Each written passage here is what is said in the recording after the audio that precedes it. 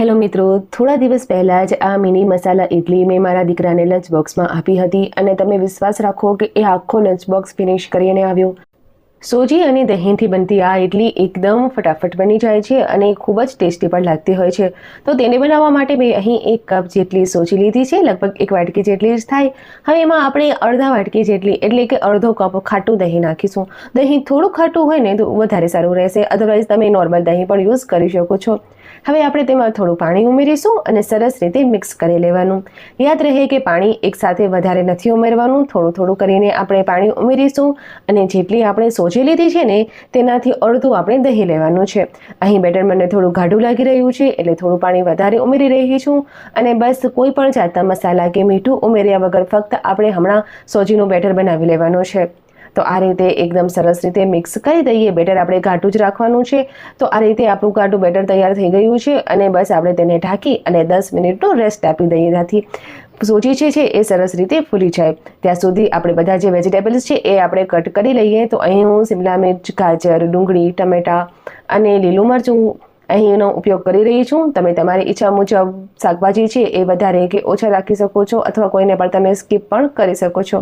હવે અહીં આપણે આવીએ બેટર તરફ. તો 10 મિનિટમાં તમે જોઈ શકો છો સોજી જે છે એકદમ સરસ રીતે ફૂલી ગઈ છે. તેને એકદમ પાણી એબ્ઝોર્બ કરી લીધું છે એટલે આપણું બેટર ઘાટું થઈ ગયું. તો થોડું પાણી નાખીશું અને ફરીથી આપણે થોડું સ્મૂથ એવું બેટર બનાવીને રેડી કરી લઈશું. તો તમે જોઈ શકો છો અહીં આપણે એકદમ સ્મૂથ ચમચામાંથી પડે એવું બેટર બનાવીને તૈયાર કરી લીધું છે. તો બસ હવે આપણે તેમાં નાખીશું મીઠું આપણે છેલ્લે જ રાખીશું. તો મીઠું નાખીએ સ્વાદ મુજબનું અને ફરીથી એકદમ સરસ રીતે મિક્સ કરી લેવાનું. ત્યારબાદ સૌથી છેલ્લે આપણે ઈનો પાવડર એડ કરવાનું છે, અડધી નાની ચમચી જેટલું ઈનો પાવડર અને ઉપર 2 ચમચી જેટલું પાણી નાખી ફરીથી એકવાર સરસ રીતે મિક્સ કરી લઈશું. આ રીતે મિક્સ કર્યા પછી બેટર એકદમ પરફેક્ટલી આપણું રેડી છે. તમે જોઈ શકો છો ચમચામાંથી પડે એવું બેટર રેડી છે. તો ચાલો હવે આપણે જઈએ આપણી અપ્પે પેન તરફ. તો અહીં આપણે મેં એક અપ્પે પેન લીધી છે અને તેને આપણે સરસ રીતે તેલથી ગ્રીસ કરી લઈશું. ત્યાર પછી એક ચમચી આપણે અપ્પેના સાંચામાં નાખતા જઈશું.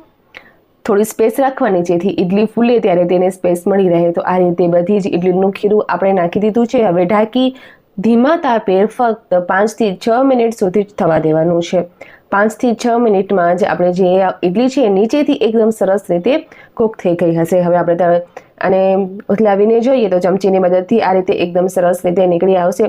બધીને આપણે ફેરવી દઈએ અને ઉપરની સાઈડ પર થોડી આપણે કૂક કરી લઈશું. જ્યારે આપણે અપ્પે પેનમાં ઇડલી બનાવતા હોઈએ ને તો વચ્ચેનો ભાગ જે છે એ પહેલે આપણે ઉથલાવી દેવાનું, કારણ કે વચ્ચે વધારે તાપ આપતું હોય છે તો વચ્ચેની જે ઇડલી છે એ જ થોડી જલ્દી થઈ જશે. ઢાંકી અને ફરીથી 3 મિનિટ માટે થવા દેવાનું છે. ત્યાર પછી તમે જોશો તો એકદમ સરસ રીતે આપણી જે ઇડલી છે ને એ બનીને તૈયાર થઈ ગઈ છે.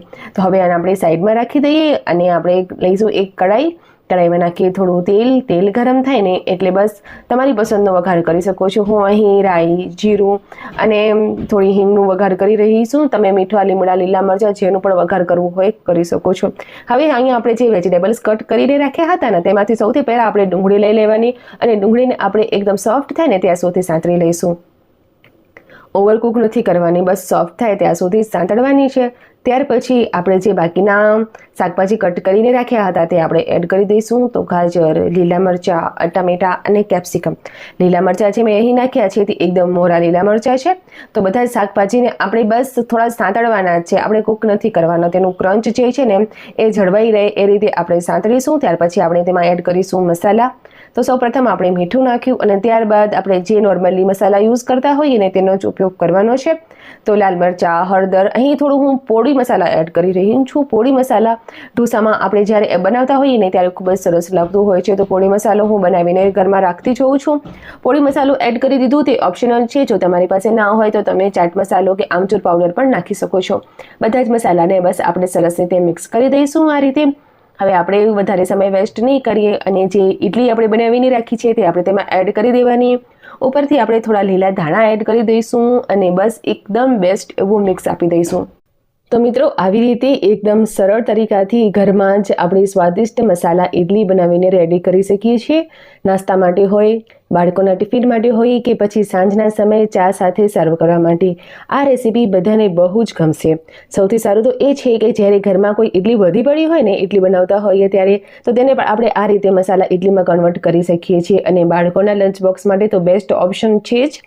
તો મિત્રો મારી રેસીપી જો તમને થોડી પણ પસંદ આવી હોય ને તો ચેનલને સબસ્ક્રાઈબ કરજો, વિડીયોને લાઈક, તમારા મિત્રો સાથે ફેમિલી સાથે શેર પણ જરૂરથી કરજો.